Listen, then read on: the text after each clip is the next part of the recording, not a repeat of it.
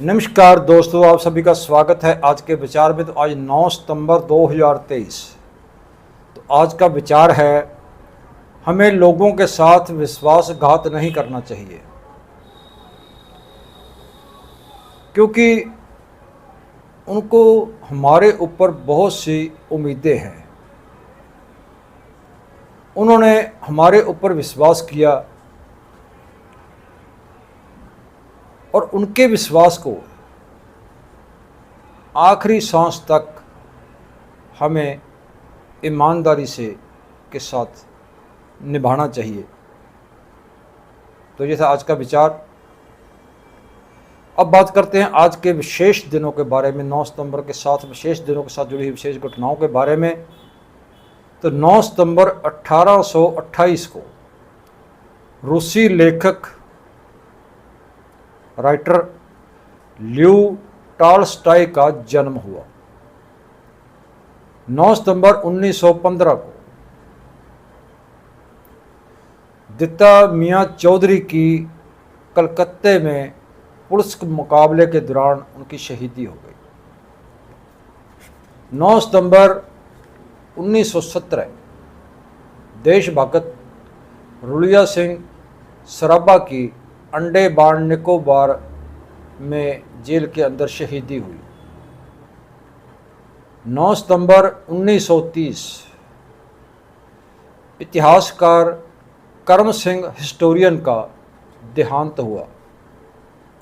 9 सितंबर 1931 को बंगाली क्रांतिकारी जीवन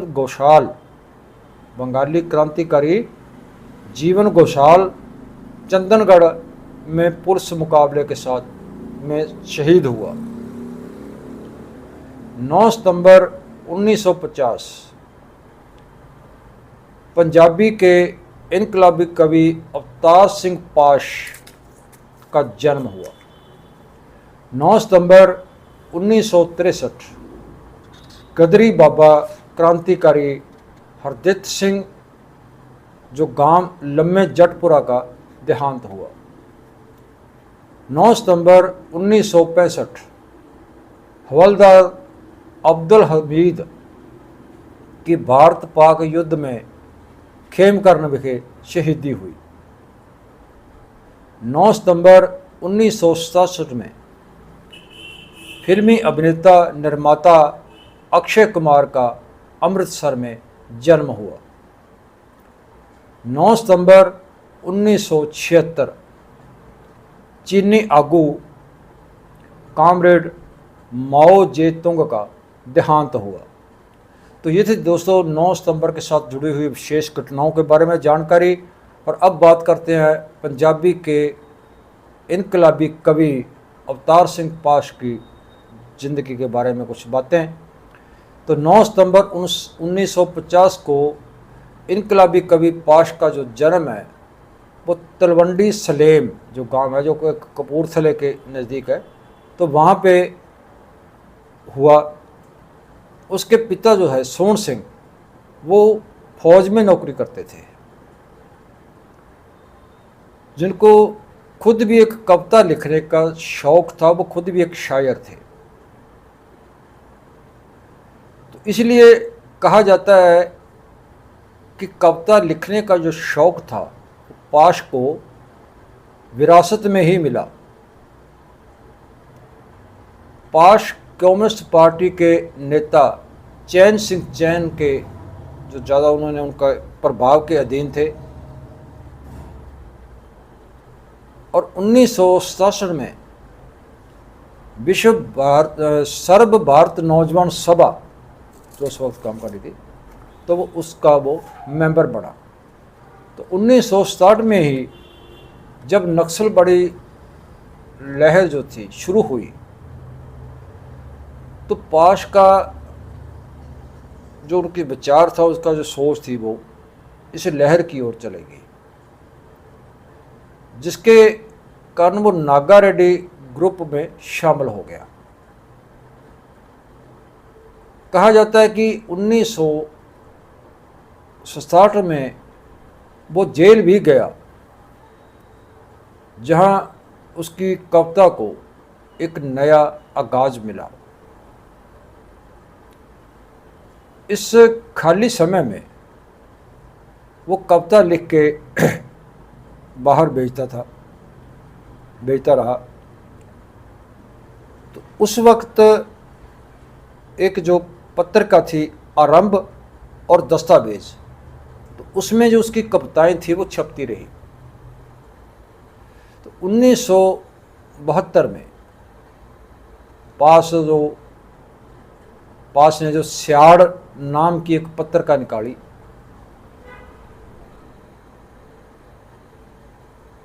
और उसके ऊपर वो लिखता रहा, उसके अंदर वो लिखता रहा। तो 1973 में पंजाबी साहित्य और सभ्याचार मंच की उन्होंने एक स्थापना की। तो शुरू से ही पास को एक डायरी लिखने का बड़ा शौक था। वो अपनी निजी डायरी, हर रोज़ की अपनी डायरी वो लिखा करता था। तो जिसमें उसने अपनी निजी जिंदगी की घटनाओं के अलावा राजनीतिक, सामाजिक, आर्थिक स्थितियों के बारे में, उनकी डायरी पढ़ने से मालूम पड़ता है कि वो सभी विषयों के ऊपर बड़ी बेबाकी से लिखता था। तो इसके एक कवि के तौर पे सभी जानते हैं। तो उसकी जो कविता है, और पंजाबी कविता को एक उन्हें नया जो चेहरा दिया कविता को, तो जिसकी विशेषताओं के बारे में सैकड़े लेख लिखे गए और भी लिखे जा सकते हैं। उनकी कविताओं के ऊपर और भी लेख लिखे जा सकते हैं। तो उसकी कुछ इस तरह की जो कविताओं के जो नाम थे, जैसे लोक कथा, उड़ते हुए बाजों के मगर, हमारे समयों में, खिंडे हुए वर्के, उनके काव्य संग्रह जो थे, उनके 3 जो काव्य संग्रह थे वो छपे। तो उसने कविता के साथ साथ ज्ञान विज्ञान के अलग अलग क्षेत्रों का भी अध्ययन किया। उसने अपने दोस्तों के साथ मिलकर हरदयाल स्टडी सेंटर बनाया। अध्ययन करने के लिए किताबों को एकत्र किया गया और कई विषयों में विचार गोष्ठियाँ, बहुत सारे मसलों के ऊपर विचार गोष्ठियाँ, चर्चाएँ भी की गई और की जाती रही वहाँ पे। तो उसकी ओर से लिखे गए उसके लेखों में साहित्य, संस्कृति, विज्ञान, समकाली राजनीति की स्थितियों के और अनेक ऐसे ही बहुत सारे विषयों के बारे में बहुत सारे उन्हें बेशकीमती जो अपने विचार जो थे उसने लिखे। तो इन लेखों की समझ और जानकारी को इलाके साइक्लो स्टाइल करके 1980 में से 1985 तक एक पब्लिशर किए जा रही पत्रिका जिसका नाम था स्याड़ और रेलेबान, पत्रिकाएँ थी 2। तो उनके रास्ते जो इनको बांटा गया। 23/3/1988 को जो उसकी शहादत हुई, उसको शहीद किया गया। तो उसके बाद जो तर्कशील सोसाइटी पंजाब की ओर से उसके लेखों की एक पुस्तक, एक किताब पब्लिशर की गई जिसका नाम था आपकी राशि क्या कहती है। तो उसके पिता श्री सोहन सिंह की ओर से उसकी जो और उसके लेख थे, जो उसका जो और लिखा हुआ उसकी एक और एक और लेखक थी उसकी, तलवंडी सलेम को जाती हुई सड़क। और शमशेर सिंह सद्दू की ओर से एक किताब लिखी गई, एक पुस्तक लिखी गई कि एक पाश ये भी। तो ये किताबें पब्लिशर की गई। तो पाश ने ब्रह्मांड के बारे में दो प्रश्न उठाए। तो पहला था ब्रह्मांड का आकार और इसका स्वरूप क्या है। दूसरा था ब्रह्मांड की सृजना कैसे हुई। जो नीचे तो उसमें जो है उसने आपकी राशि क्या कहती है, इसके अंदर उसने जो भारत की ज्योतिष प्रणाली और राशियां क्या, जो राशि है वो क्या है आदि बिंदु के बारे में उन्होंने बताया और बड़े विस्तार पूर्वक उन्होंने बताया। ये तो सिर्फ 10वीं पास ज्ञानी एक गांव के लड़के ने जीव विकास विज्ञान की थ्योरी को बड़े विस्तार पूर्वक उन्हें पेश किया। तो पाश ने लिखा कि लोग किसी धर्म भगवान को इसलिए नहीं मानते कि उनका जो परिवार है वो खुश रहे, हंसी खुशी रहे, और जो आर्थिक हाल जो स्थितियां हैं वो अच्छी रहे।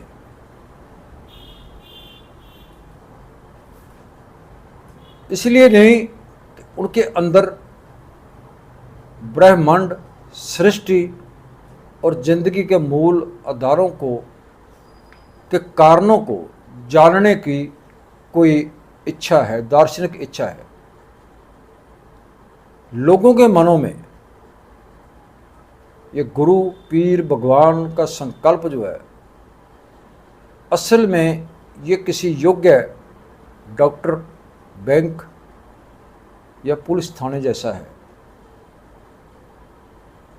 जिस तरह एक डॉक्टर या बैंक या और जो लोगों स्थानों से लोगों की ज़रूरतें पूरी होती है, तो उसी तरह अपनी ज़रूरतों को पूरी करवाने के लिए लोग उम्मीद लगाते हैं। तो उसके जो लेख थे, जो उसका लिखने का अंदाज था, जो लिखने का उनका ढंग था, जो जितने भी उसके लेख लिखे, तो उन्होंने अंधविश्वासों के ऊपर हम लोग और ये सारे लिखे उन्होंने, तो ज़्यादातर उन्होंने अंधविश्वासों के ऊपर बहुत ज़्यादा लिखा।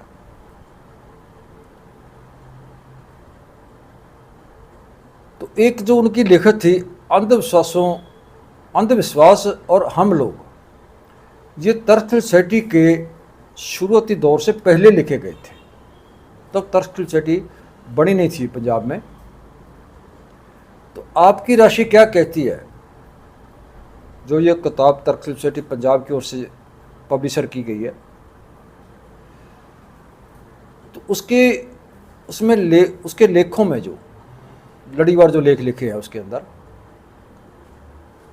तो उसमें व्यक्ति के भूत यानी भूतकाल के बारे में और भविष्य के बारे में जो बताने का एक डकवंज है या कह लो कि एक पखंड है, उसका उन्होंने पूरी तरह से विरोध किया है।